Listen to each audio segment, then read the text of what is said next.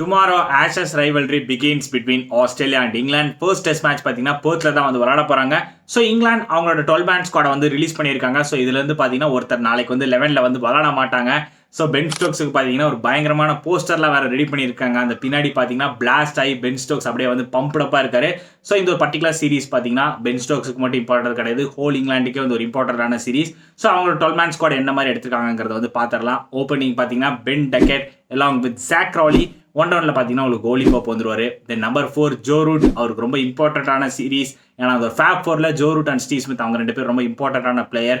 அதுக்கப்புறம் பார்த்தீங்கன்னா young talent Harry Brook வந்துருவாரு. தென் கேப்டன் பென் ஸ்டோக்ஸ். அதுக்கப்புறம் பார்த்தீங்கன்னா விக்கெட் கீப்பரா ஜெய்மி ஸ்மித் வந்துருவாரு. தென் பிரைடன் காஸ் நல்ல ஒரு போலிங் ஆல்ரவுண்டர். தென் ஜோஃப்ரா ஆர்ச்சர்.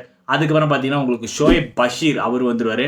ஃபைனலாக பார்த்தீங்கன்னா உங்களுக்கு மார்க்வுட் ஆர் குஸ் அட்கின்சன். ஸோ இவங்க 2 பேர்ல யாராவது 11ல வந்து மேக் பண்ணுவாங்க நான் நினைக்கிறேன். ஸோ எனக்கு தெரிஞ்சு பார்த்தீங்கன்னா மார்க்வுட் ஃபிட்டாக இருந்தால் அவர் ஆப்வியஸ்லி 11ல எடுத்து வந்துருவாங்க. அவர் மட்டும் ஃபிட்டாக ஆகலைன்னா மேபி உங்களுக்கு குஸ் அட்கின்சன் வந்து 11ல வந்துருவாரு. ஸோ இதுதான் அவங்களோட 12 man squad for the first test. So இதில் உங்களுக்கு ஏதாவது சேஞ்சஸ் இருந்துச்சுன்னா நீங்கள் ஆப்வியஸ்லி கமெண்ட் செக்ஷனில் சொல்லலாம். ஸோ இந்த ஒரு பர்டிகுலர் டெஸ்ட் மேட்ச்சில் யார் சைடு வந்து போகிறீங்க அதையும் வந்து நீங்கள் கமெண்ட் செக்ஷனில் சொல்லுங்கள்.